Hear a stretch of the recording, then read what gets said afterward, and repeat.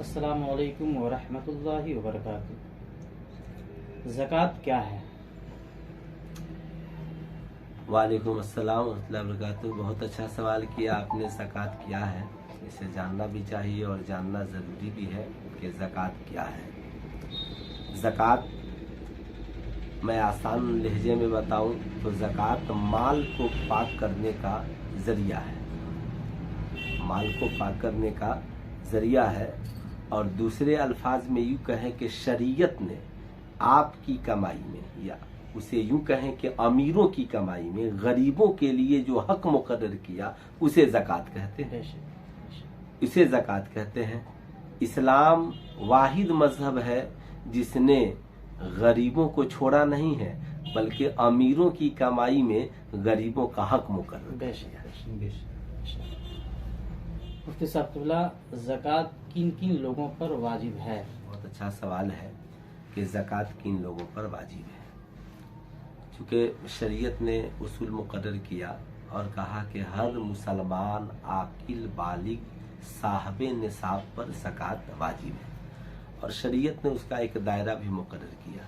जैसे 52.5 तोला चांदी या 7.5 तोला सोना। तो मैं ये बता देना चाहूँगा कि इस दौर में उसका ग्राम क्या हो रहा है। चूँकि 52.5 तोला चांदी या 7.5 तोला सोना समझने में लोगों को तकलीफ होती है, तो 52.5 तोला चांदी का जो मौजूदा ग्राम है वो 653 ग्राम 50 पॉइंट है, और सोना जो 7.5 तोला है तो उसका मौजूदा जो ग्राम है वो 93 ग्राम 480 पॉइंट है। इसे मैंने कैलकुलेट किया था, चूंकि 1 तोला का 10 ग्राम बनता है। इस तरह आप भी कैलकुलेट कर सकते हैं। लेकिन कुछ लोग गलतफहमी में रहते हैं कि साहब हमारे पास तो सोना नहीं है, हमारे पास चांदी है, या हमारे पास चांदी नहीं है, सिर्फ सोना है। तो शरीयत कहती है कि दोनों मिलाकर आप देख लें। अगर दोनों को मिलाने से, अगर चांदी भी है और सोना भी है, अगर दोनों मिला दिया जाए तो अगर 7.5 तोला सोना के हिसाब से अगर आपके पास माल होता है तो आपको देना है, या अगर आपके पास सोना कम है तो चांदी मिला दें, या सोना और चांदी दोनों नहीं है, इतना माल बैंक में आपके पास पैसा है जिससे आप 7.5 तोला सोना या 52.5 तोला चांदी खरीद सकते हैं, तो भी आपके ऊपर ज़कात है। और शरीयत में बहुत सारी चीज़ों पर ज़कात है, तो इंशाअल्लाह अगर आगे सवाल होगा तो उसका भी जवाब दिया जाएगा। ज़कात कब से कब तक अदा कर सकते हैं? ये बहुत अच्छा सवाल है कि शरीयत में आखिर ज़कात कब मुकर्रर है। तो शरीयत में हौलाने हौल, शरीयत ने जो हौलाने हौल की शर्त लगाई कि माल का साल भर आपके पास रहना ज़रूरी है, साल भर मिल्कियत में। जैसे 1 जनवरी 2022 ईस्वी को आपके पास माल आया, 1 लाख रुपया आया मान लीजिए, तो अगले साल 1 जनवरी 2023 ईस्वी में अब उस 1 लाख के ऊपर ज़कात वाजिब होगी। हमारे यहाँ रमज़ान के महीना में रिवाज है, तो वजह सिर्फ ये है, रमज़ान के महीना में ये कोई ज़रूरी नहीं है कि रमज़ान के महीना में ही ज़कात वाजिब होती है, बल्कि नहीं, आपके पास जब माल आया, अगर आपके पास रमज़ान से पहले शाबान के महीने में माल आया तो अगले साल शाबान के महीने में ज़कात वाजिब, रजब में आया तो रजब के महीने में ज़कात वाजिब।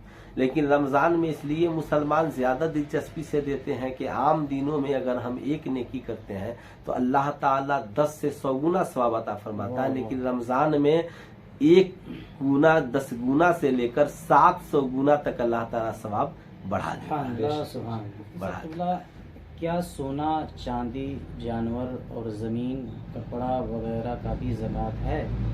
बेशक, इस्लाम वाहिद मजहब है जिसने सब में गरीबों का हिस्सा रखा है। सोना पे भी ज़कात है इस्लाम में, चांदी पे भी ज़कात है, माले तिजारत में भी ज़कात है जैसे कपड़ा वगैरह। उसके अलावा जो है कि हमारे यहाँ गल्ला में उश्र है, और जानवरों में भी ज़कात है। शरीयत ने सबका हक मुकर्रर किया है। सोना और चांदी में 40वां हिस्सा हम देते हैं, जितना हमारे पास माल है उसका 40वां हिस्सा हम ज़कात में देते हैं। गल्ला में उश्र दिया जाता है और सोने चांदी में ज़कात में हम 40वां हिस्सा देते हैं। अगर हमारे पास जो माल है, सोना है 40 ग्राम है तो 1 ग्राम देंगे, चांदी 40 ग्राम है 1 ग्राम देंगे, पैसा हमारे पास 40 रुपये में 1 रुपये देंगे, या 100 में 2.5%। तो बहुत आसान हिसाब किताब है। अगर आप सोना नहीं दे सकते हैं, चांदी नहीं दे सकते हैं, तो उसकी कीमत आप बाजार में मालूम कर लें, उस हिसाब से अदा करें। ये हमेशा याद रहे कि ज़कात हर हाल में साहबे निसाब को देना है। आज देखा जाता है कि उमूमन हमारी माएँ बहनें ये ज़कात देने में बहुत पीछे हैं, चूँकि उनके पास कई कई लाख के जेवरात होते हैं और वो ज़कात की अदायगी नहीं करती है। मुस्तफ़ा जान रहमत सल्लल्लाहु अलैहि वसल्लम ने देखा मेराज की शब के जहन्नम में सबसे ज़्यादा औरतें हैं। तो जिब्रील अमी से आका ने पूछा कि जहन्नम में ज़्यादा औरतों के होने का सबब क्या है? तो जिब्रील अमी अर्ज़गुज़ार हुए, या रसूलल्लाह, माल की वजह से। इन्होंने अपने जेवरात के ज़कात नहीं निकाले और इसकी लालच में आ गई, इस वजह से आज इन पे जहन्नम के आज़ाब मुसल्लत किए गए हैं। इसलिए मैं अपनी माओ बहनों से भी बिलखुसूस गुजारिश करूँगा कि ठीक है, आपके पास पैसा नहीं है, आपके पास जेवर है, तो आप उसे फरोख्त करके निकालें या आप अपने शौहर के जरिया निकालें, लेकिन आपको हर हाल में निकालना है, वरना क़यामत का दिन बड़ा सख्त है। बहुत सारे लोग, एक सवाल मैं आपको बताता हूँ, कुछ साल पहले एक साहब ने मुझसे पूछा कि अगर हम हर साल ज़कात निकालें तो हमारा जेवर ही आहिस्ता आहिस्ता ख़त्म हो जाएगा। तो शरीयत कहती है कि नहीं, ये माले नमी है। सोना और चांदी को बनाया गया है खरीदो फरोख्त करने के लिए कि जब मार्केट में इसकी कीमत बढ़े तो बेच दीजिए और जब कीमत घटे तो खरीद लीजिए। तो हमने तो सिर्फ उसको जखीरा बनाया है, उसकी कीमत को आप जोड़ें। इसलिए माले नमी पर ज़कात है। इसलिए हर मुसलमान मर्द औरत साहबे निसाब आकिल बालिग पर जरूरी है कि अपने माल का ज़कात निकालें, वरना कल बरोज़े महशर वो माल गले में सांप की, अजदहे सांप की शक्ल में डाल दिए जाएंगे। और वो अजदहा सांप जिसके सर पे चोटियां निकली होंगी। कहा जाता है कि सांप की उम्र 1000 साल होती है तो उसकी चोटी निकलती है। तो ये माल जो है हमारे गले में सांप की शक्ल में डाल दिए जाएंगे। लेकिन वही माल अगर हम ज़कात की शक्ल में गरीबों को देते हैं, यतीमों को देते हैं, और हुजूर फ़कीह मिल्लत ने तो कहा कि सबसे बेहतर है कि मदारिस इस्लामिया में दें, अपने करीबी पास पड़ोस रिश्तेदारों से बचने के बाद उन्हें ज़रूरत के लायक दें, और सबसे ज्यादा मदारिस इस्लामिया में दें। इंशाअल्लाह सवाल आगे आएगा तो इसके बारे में जवाब दिया जाएगा। मुफ्ती साहब क़िबला, ज़कात का पैसा कहाँ कहाँ दे सकते हैं? हाँ, बेशक बहुत अच्छा सवाल है, और पिछले सवाल में मैं बात कर भी रहा था कि अगर ऐसा सवाल आया तो इसका जवाब दिया जाएगा। शरीयत ने इसका जिक्र भी किया। फ़ुक़रा मसाकीन, शरीयत ने फ़ुक़रा मसाकीन और मुसाफिर और कर्जदार, जो लोग कर्ज में मुब्तला हैं, इनके लिए शरीयत ने कहा कि भाई ये जो है ज़कात के हकदार हैं, सदक़े फ़िक्र के हकदार हैं।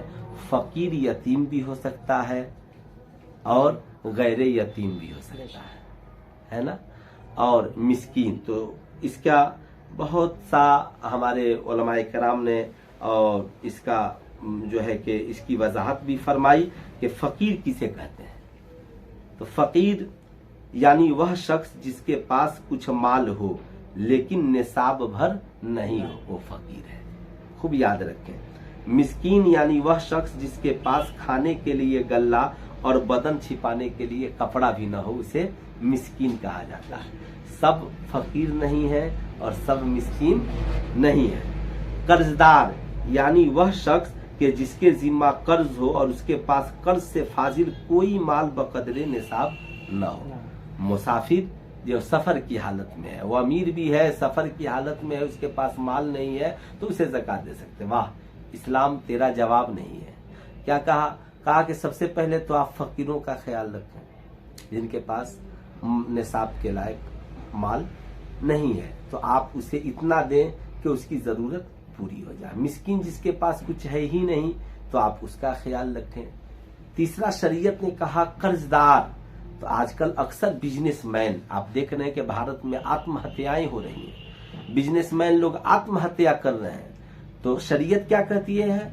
आज हमारे पास इसके लिए कोई फंडिंग है नहीं, तो शरीयत कहती है कि अगर आपका कोई साथी बिजनेसमैन ही है और लंबे कर्ज में डूबा है तो हम साथी ज़कात के जरिया उसे कर्ज से निकाल सकते हैं। सुभान अल्लाह, ज़कात के जरिए हम उसे कर्ज से निकाल सकते हैं। हमारा कोई भाई कर्ज में डूब गया, हमारा कोई पड़ोसी कर्ज में डूब गया, अगर हमारे बरादरी के लोग कर्ज में डूब गए तो हम ज़कात की रकम के जरिए उन्हें कर्ज से निकाल सकते हैं। दूसरा, मुसाफिर, जब आदमी सफर की हालत में होता है, अमीर भी हो तो उसका पैसा खत्म हो गया, गरीब है तो उसके पास तो खुद ही नहीं है, तो शरीयत ने कहा कि नहीं, अमीर भी है और अगर वो मुसाफिर है उसके पास पैसा नहीं है तो जरूरत के हिसाब से ज़कात की रकम ले सकता है। तो ये ऐसी रकम है कि हर दौर में पैसे के हिसाब से बढ़ता रहता है।